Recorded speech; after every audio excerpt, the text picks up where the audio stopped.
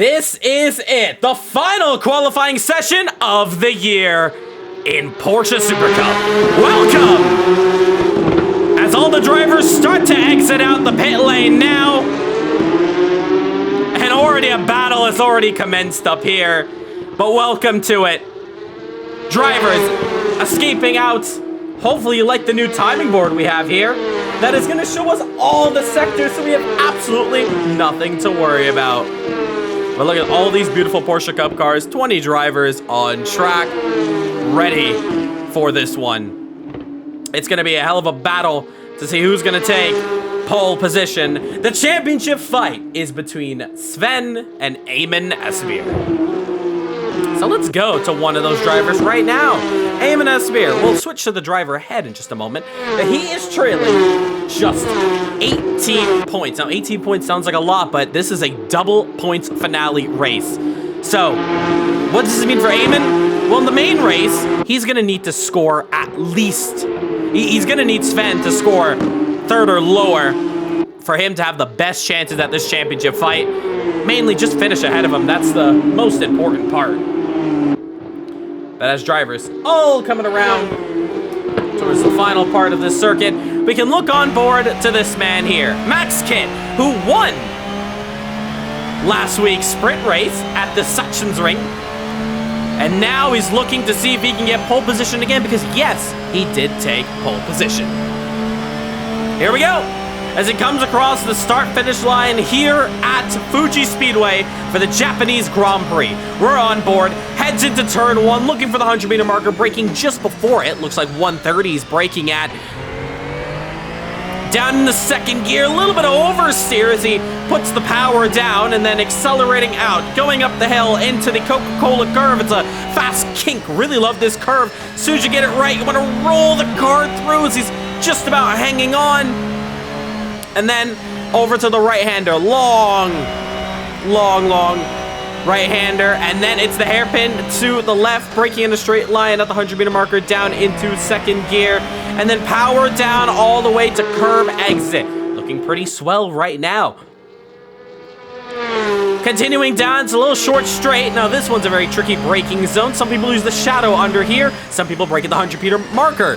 However brave you want to get, hit it into first gear for the right, then the left, and then power down as you straight line this part of the curb. And then you head up the hill into the right-hander. A little slide once again. And then hugging over the curb, get the car as wide as possible. It's going to feel like understeer central as you continue to go uphill. And then just one more uphill hairpin, the harder hairpin on this final sector. Really get it turned in, kiss the apex goodbye, use all the exit curb, and race to the line. Max Kitt in his first lap attempt here in qualifying. Purple in the first sector, purple in the second sector, should be purple in the third sector. He comes across the line. The drivers are going to be chasing a 1 minute 41.045. So times are going to be starting to come across here, as there you see his teammate Victor up in P2, 7/10 off. First lap times coming across the board. There's your championship leader Sven, only 4th position, and looking for Eamon as he is on another lap. So looked like his previous lap was actually not valid, so he's going to try to go for another one again. Meanwhile, Max has actually gone ahead and improved the first sector again. So watching him now, he's got 7/10, but he's got his sector taken away by Daniel Santos.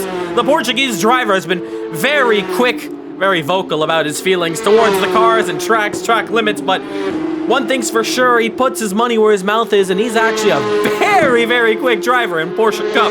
Remember his debut back at Indianapolis for the GT World Challenge, where he really put the timing sheets down. He's currently trailing right now as he heads into the second sector. Right now, Max Kitt holds it with a 1 minute 9:14. That's the time he's going to have to beat as he heads into the second sector now, and he's matched it essentially. We'll go on board here with Max Kitt now as he enters the front straight once again. Racing to the start-finish line feels like ages until you hit the black and white stripes, but here comes Max Kit, here to improve his lap time as he comes across now. It's now going to be 1 minute. Oh, it's actually not improvement. He's a 10th off. Here comes Daniel Santos onto the start-finish line. Identical middle sector with the man who's currently on provisional pole. Purple first sector. What can the third sector and the overall lap say? It is not improvement. It's a 10th and a half down. The only man to really improve to start to get closer here is Victor, as he is now up 2/10, and he's now purple in the first sector. He's in the first sector, purple, looking for his first pole position. Can he do the same thing that his teammate did? It's an identical car that actually took pole position back at the German Grand Prix. Remember the yellow and black Sunset Outrun car. So can you imagine if we can see the same kind of car but two different drivers on pole position? That would be very, very particular. Now as we watch the other drivers here, slow qualifying as they all get up to speed. 3 minutes and 38 seconds still counting left to go. We're running out of time for these guys. And right now, the championship fight, it's P4 for Sven. And oh, hitting the curb hard. It's Eamon in 7th. I hope pressure is not getting to him this early on in this championship fight. But as we watch now, Victor, as he heads on to the start-finish line, looks like he's actually going to be heading into the pit lane. On this lap, Daniel Santos is the driver going to be watching, and he's going to have a healthy slipstream provided by Marlon Young. Is Marlon Young going to try to break it? He doesn't enter the pits. He's going for a lap of his own. Daniel Santos has a huge opportunity to potentially take pole position here at Fuji Speedway. Can he do it? No, but he goes second position. He lines himself up on the front row. Sven, currently third position as well in the pits. P4 has been shuffled down, so Victor's been shuffled down. Peter as well. Eamon, most importantly. What is going on with Eamon? There's something going on, that's for sure, because he is struggling here in qualifying. And he goes wide as well. He's losing loads of time. In this championship fight, if this is what the pace is going to look like, well, it may be done and dusted, but we still got to wait till racing begins as Santos heads into the pits, realizing there's not much space to come around here. And take a look at all the traffic as you see Adam just peeling off the road. And Victor trying to go through 130. And can we see any improvements for his next lap? As it stands, though, looks like Max Kidd has actually found himself on a bit of improvement.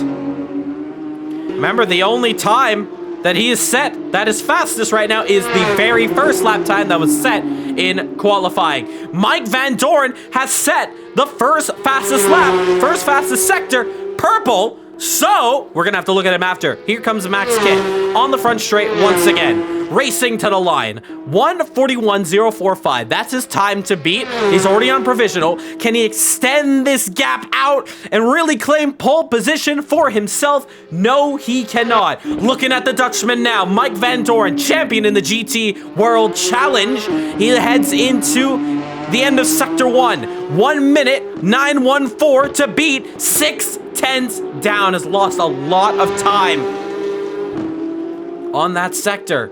And 50 seconds left to go.